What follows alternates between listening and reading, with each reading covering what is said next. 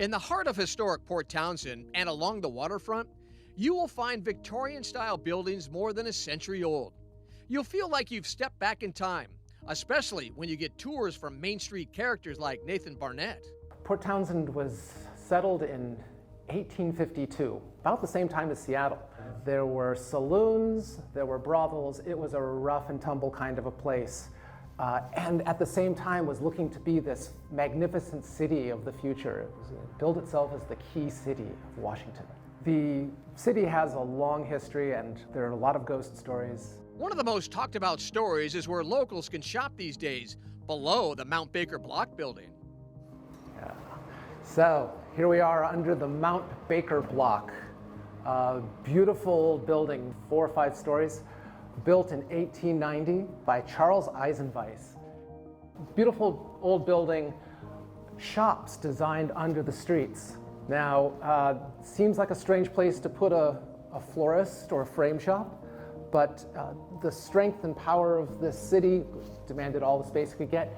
Also just a little bit creepy. So, building has a bit of a sad history. Eisenweiss's son Charles apparently wasn't quite living up to the expectations of his father, and those were some big shoes to fill. Father had been the first mayor of the city, great founder, owned multiple businesses.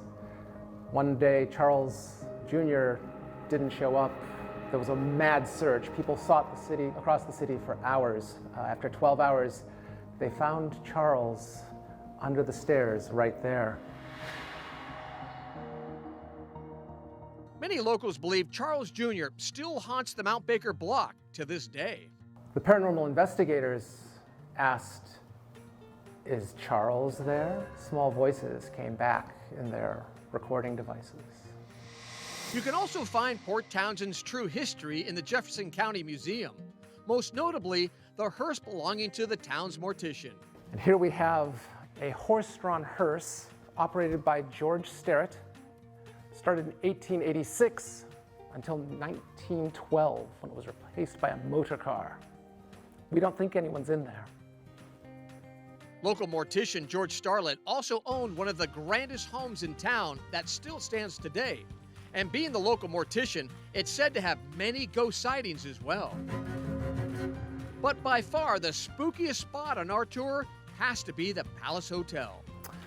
Here we are in the Palace Hotel, which was built by Captain Tibbals, a notorious sea captain and founder of Port Townsend. As you can see, the Palace Hotel still carries the look of an old Victorian hotel. It's been renovated over the years, but holds on to its past. It also was nicknamed the Palace of Suites, as it operated as both a hotel and a brothel. During Prohibition, it still continued to serve alcohol and have entertainments. All of the rooms are named after girls who worked here back in the day. Rumor has it some of the girls never left after the brothel shut down in the 1930s. That includes the Lady in Blue. Her name is Claire, and she stayed in room number 4. And guests say she still does. This is the portrait of the Lady in Blue. Many guests have reported that when they have come out of their rooms at night, they have found the portrait to be empty. The lady has gone for a walk in the building. Word to the wise, if you have an encounter at the Palace Hotel, they encourage you to write it down.